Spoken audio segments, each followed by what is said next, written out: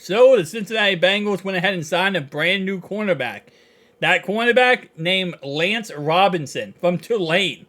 5'10", and the big thing about him is he was a childhood best friend of Jamar Chase. So that's the whole stick about him and why, we're excited about signing this guy. Is he's not just a normal, free agent or a normal undrafted guy. This is a player who it was best friends with Jamar Chase growing up and went against him a lot in their childhood. So here's what Robinson had to say about Jamar Chase. He said, he knows my tendencies. I know his tendencies. We stayed away from each other, he said. You do your thing, I'll do my thing. I feel like if I can do well against him, I can do well against anybody. And to be honest, seeing Chase in high school and knowing that this guy had to cover Chase in high school, and this guy was able to cover Chase in high school, gives a lot of credibility to how good this guy might be. Again, this guy was undrafted at the end of the day, but there's a lot of undrafted players throughout history who become really freaking good, even though they're undrafted. Just because a player doesn't get drafted doesn't mean that's like, oh, well, that player's not that good. No, there's a lot of great players who just go undrafted because the fact that there's a lot of great players in the NFL's draft.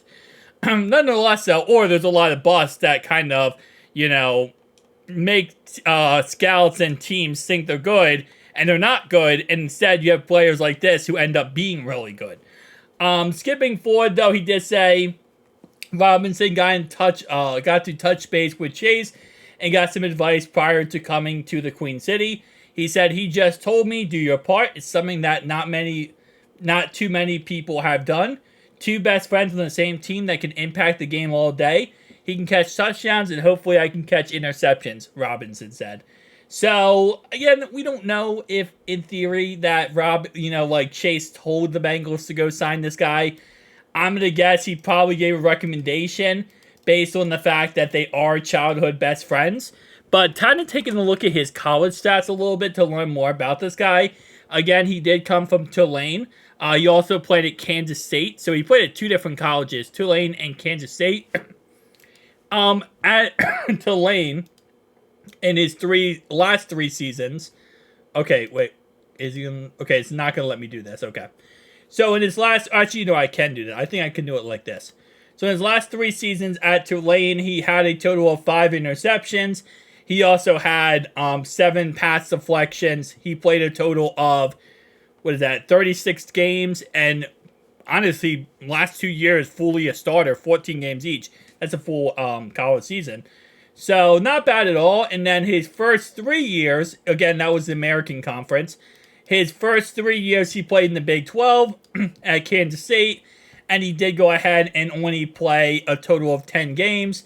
He had 0 interceptions, 0 yards, and 3 pass deflections. So it looked like he transferred to Tulane to actually become a starter, and he was able to be a starter for them. So shout out to him for that. He is 5'10", 194.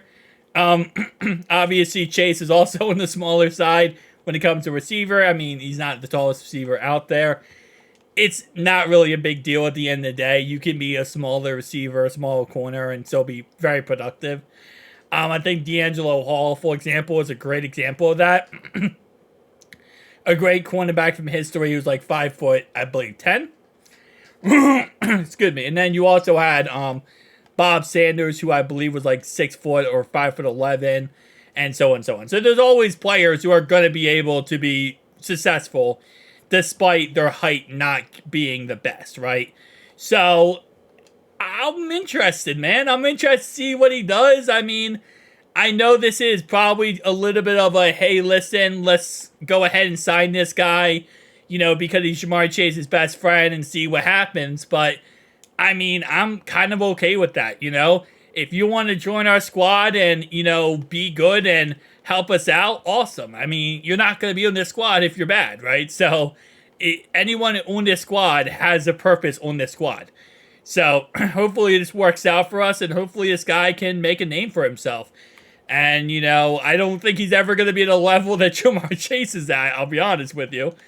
But he can at least, make a name for himself and show off how good he can be. And this would be a really, happy ending, I would say. Not like a Deshaun Watson happy ending, but this would be a happy ending outside of, like, it, happy ever after, okay? That's what I'm trying to say. See, Deshaun Watson has completely ruined that term, happy ending. That used to be a good thing. Just a little side note here.